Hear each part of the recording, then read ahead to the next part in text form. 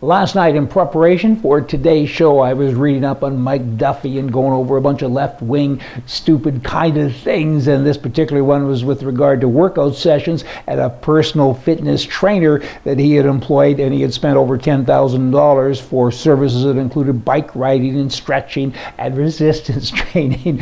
And I got so depressed when I was looking at this and so many other left-wing whack things that just don't compute that, you know what, I got suicidal.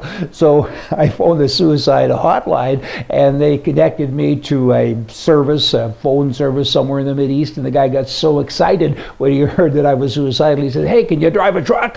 Hey, just saying and just sharing with you. The Mike Duffy trial, I got to tell you, you know what, it shouldn't be about what they get away with legally, because they get away with this stuff. I mean, the law says they can do whatever they want to do. It's about change. We need solutions. Somebody needs to get some press time and some politicians and say, I know the problem, and we're going to fix it now. Let's get rid of the Senate and get rid of all of the fat that goes with it. Just sharing again. Prostitutes, kind of like politicians, everybody's screwing everybody for money. But here's a group of prostitutes from Dennis Hoff's Moonlight Bunny Ranch in Mound, Nevada, and they have officially endorsed Hillary Clinton for president with a new campaign called Hookers for Hillary.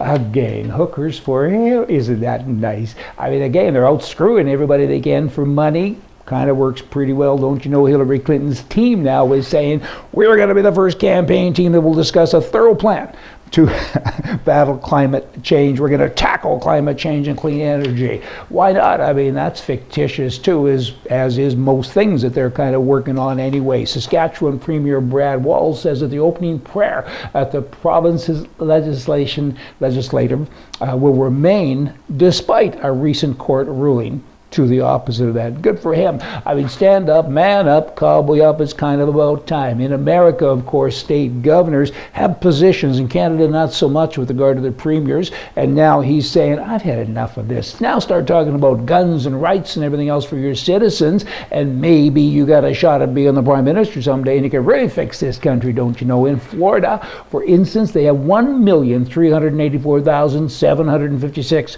million concealed weapon permit holders as of the end of March 2015. They're the first one. Second one, pretty shocking to me. I had no idea. It's Pennsylvania, 786,000, and then Texas is number 3. Who would have thunk it? I kind of thought Texas would have been number 1. Wanted to share some stats with you. What's that got to do with hookers and everything else? Hey, y'all come back tomorrow. We're going to have more for you from the right. See ya.